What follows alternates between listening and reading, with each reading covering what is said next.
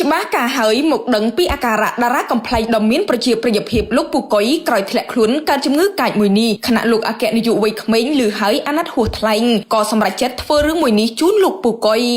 អញ្ចឹងអាការដែលយើងបានមកពីសម្ដែងនេះដោយសារនិយាយរួមទៅគឺលើកទឹកចិត្តដល់ថាបងប្អូនបាទដល់កូនក្មួយតាមបណ្ដាញសង្គមនោះលើកទឹកចិត្តច្រើនណាស់លោកឲ្យពោឲ្យជ័យលោកពូឃើញមកមានអារម្មណ៍ថាជាឆាប់លោកចង់ជាចង់មកសម្ដែងបងប្អូនមើលទៀតព្រោះយើងធ្វើបាត់តែយើងចូលវ័យគាត់តែមួយឆ្នាំទៀត70ឆ្នាំហើយលោកពូដល់ពេលលោកពូជួបទុកលំបាកអញ្ចឹងដោយសារតែឈឺអញ្ចឹងលោកពូឃើញអញ្ចឹងលោកពូយល់ថាខ្លួនមានគេហៅថាមានតម្លៃខ្លាំងសម្រាប់ពុកម៉ែបងប្អូនបាទហ្នឹងហើយ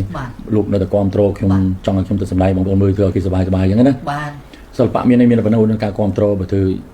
មិនឲ្យគេចូលចិត្តអាណិតស្រឡាញ់គេគ្រប់គ្រងយើងរហូតហ្នឹងទៅបាទហ្នឹងហើយចំណុចទី1នេះគឺអ្នកដែលគេចង់ឃើញយើងសម្ដែងគេមិនចង់ឃើញអាការយើងឆ្លោះទៅចែកវែកញែកពីនេះពីនោះថានេះចែកនេះចុះហើយដូចខ្ញុំចំណាស់ខ្ញុំនេះខ្ញុំមានអប់រំគេមានប្រាប់ក្មេងៗក្រោយថាធ្វើមិនលេងឲ្យខំប្រឹងប្រែងលេងហើយដូចខ្ញុំកាន់មិនតន់ឈឺខ្ញុំចេះទៅបាទទៅវត្តណាតំណែងទៅលេងនេះទៅលេងនោះចឹងហ្នឹងហើយមានការសម្ដែងការខ្ញុំអត់ដែរខ្វល់ពីរឿងអីទេបាទហ្នឹងហើយហើយទោះបីឥឡូវនេះគឺខ្ញុំក៏នៅតែសម្ដែងកើតបាទនៅសម្ដែងកើតបាទនៅសម្ដែងគេបាននិយាយទៅមហាជននៅតែត្រូវការលោកពូប្រៀបដូចគេហៅថាផ្ការីកទ្រព្យបដោបាទព្រោះតាំងពីក្មួយធំនឹងក្តីមកឃើញលោកពូគេឈ្មោះលោកពូនៅរហូតបាទមានការគ្រប់គ្រងហើយខ្ញុំក៏សរសើរដល់ក្រុមហ៊ុនហាងបងសុខភាពហ្នឹងណាតែជីធីនឹងហាងបងសុខភាពបាទហ្នឹងហើយដែលយកអរគុណហ្នឹងហើយគាត់តែងតែយកចិត្តទុកដាក់ដល់សំខាន់គឺខ្ញុំព្រមទាំងកសិការគាត់ផ្ដល់ឲ្យរហូតអរគុណគាត់ណាស់ហើយម្យ៉ាងទៀតក៏គាត់បានជួយសិល្បករច្រើនដែរបាទជាពិសេសជួយគ្រូសាស្ត្រនិក្រិន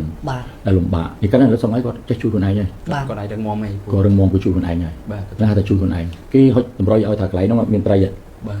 យើងគាត់ទៅយកសម្លាញ់ទៅបំបាទគេអត់មានយកត្រីមកយើងកើតទេបាទពូគេយកយើងយកសម្លាញ់យកសន្ទូចស្ទូចយកកន្លែងយកត្រីមកដើម្បីហូបអានេះគាត់តម្រុយគាត់ដូចលោកក្មួយគាត់ប្រាប់យ៉ាងថាជួយធ្វើចេះថតហកក្រុមហ៊ុននេះហៅថតធ្វើទៅជួយទៅអាប់ដេតទៅលោកអគ្គនាយកក្រោយពេលឮសម្ដីលោកពូបានបោតសរសើរអំពីទឹកចិត្តលោកអគ្គនាយកដូចជាក្រុមហ៊ុនលោកយល់យ៉ាងណាដែរបាទមែនតើអរគុណពូបាទហើយក៏សូមគោរពជូនពរពូសុខភាពល្អសំណាងល្អ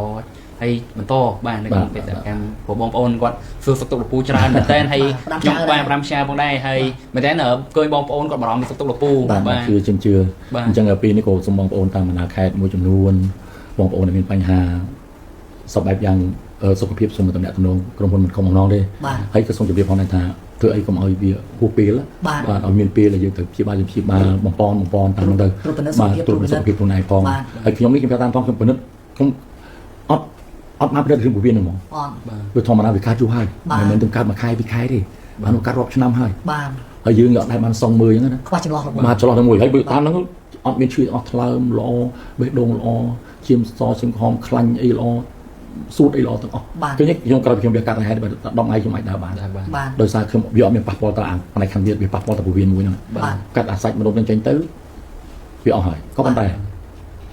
តែគេថាវា50និង50ដូចអញ្ចឹង50យើងយកចេញប៉ុន្តែ50នោះវាអាចបកមកវិញមានមេរោគនៅក្នុងហ្នឹងបាទអញ្ចឹងគេត្រូវបាញ់ឬក៏ចាក់គីមីហ្នឹងដោយសម្រាប់មេរោគហ្នឹងបាទប៉ុន្តែវាប៉ះពាល់កម្លាំងយើងត្រូវការហូបច្រើនអានគេថាដូចពលលោកអញ្ចឹងទិញធូនហូបអីក៏មិនបានទេព្រោះមេរោគវាទៅកម្ចាត់វាទៅកម្ចាត់អាខាងក្នុងនោះចាក់ម្ដងចាក់ម្ដង2ដង3ដង4ដងថាឡោះអស់ហើយគេជប់ចាក់ហើយថាយើងនេះដូចជាបន្សាបមេរោគអញ្ចឹងពុកម្ដងបាទហ្នឹងចឹងបាទប្រហែលជាក្នុងខែ4ហ្នឹងថ្ងៃទី2បាទនៅទី2ហ្នឹងខាងចាំនៅខាងបកកហ្នឹងគេឲ្យយើងទៅទៅហ្នឹងគេយកមុនមកហ្នឹងខ្ញុំឲ្យយកឈាមយើងទៅផលិតម្សាហើយគេយកទៅផលិតដែរដល់ពេលទៅដល់គេប្រាប់រីតាថាធ្វើនេះគេដើម្បីគេផ្សំដូចថាគេគ្រឿងក្រៅវាមកយើងអត់ដឹងទេរឿងពេទ្យជាពេទ្យនឹងធ្វើមិនចាក់យ៉ាងម៉េចអីយ៉ាងម៉េចយើងស្អីគេមានបងប្អូនខ្មែរយើងគាត់នៅក្នុងស្រាប់ក៏មាននៅស្រាប់ក៏មានហើយនៅពីខ្មែរទៅក៏មានដែរលោកពូយកយ៉ាងណាដែរលោកពូទឹកចិត្តនេះអស្ចារ្យណាស់សម្រាប់ខ្ញុំលើកដៃទៅពេលអរគុណក្មួយជីបសកកូនឯកឧត្តមនេះឧត្តមស្ដីថាបណ្ឌិតនេះហ៊ីមហៀងណាបាទជាកមានវិជាការកងប្រភេទអង្គរៈបាទបងមើលដល់ខ្ញុំដល់ពេទ្យហ្នឹងបាទអ្នកខ្លះក៏អត់ខ្វល់ជួយយល់ហោះទៅហ្មងបាទដល់ពេទ្យបាទទៅមើលដល់ពេទ្យហ្នឹងចុះលោកអគ្គនាយកដោយសារ ប្រហែលថ្ងៃកន្លងមកឃើញថាលោកអគ្គនាយកបារម្ភនៅសុខទុក្ខរបស់លោកពូបាទហើយអន្តរសាមែនទែនចង់ជួបចង់សួរសុខទុក្ខក្រោយពេលមកជួបឃើញស្ថានភាពលោកពូបានធូរស្បើយច្រើនតើលោកអគ្គនាយកយល់យ៉ាងណាដែរហើយអារម្មណ៍របស់លោកយ៉ាងណាដែរ បាទបងមែនតើគឺសុបាយចិត្តនៅពេលដែលឃើញលោកពូគាត់បានជាសះស្បើយព្រោះមែនតើគឺលោកពូគាត់ជាវិរៈក៏ដូចជាវិរៈសិល្បៈជើងចាស់បាទគឺជាធនធានមួយរបស់ប្រជាជាតិកម្ពុជារបស់យើងដូចជាប្រទេសខ្មែរយើងពូកំរមានណាបងប្អូនបាទដែលលោកពូគាត់គឺជា idol របស់ខ្ញុំផ្ទាល់តែម្ដងហើយកំរមានមែនតើហើយក៏សូមចូលរួមអរគុណលោកពូបាទដែលតែងតែធ្វើឲ្យបងប្អូនបាទនៅទូទាំងប្រទេសតែងតែសើចសប្បាយរីករាយបាទមែនតើគឺលោកពូគាត់ជួយបានច្រើនហើយមួយទៀតគាត់ជួយទៅដល់បងសិល្បករតាមរយៈការចង់បាទចែករំលែកនិងចង្អុលបង្ហាញអ្វីដែលល្អបាទហើយខ្ញុំបាទគឹមហាប់មានតែទឹកចិត្តតិចតួចជូនលោកពូហើយបានមកជួបលោកពូផ្ទាល់បាទជូនពរលោកពូសុខភាពល្អសំណាងល្អបាទបន្តនៅបេសកកម្មបន្តទៀតបាទពូណាកាន់តែឆាប់ជាបាទជាតែឆាប់ជាតែម្ដងបាទ ដូចគ្នាបាទ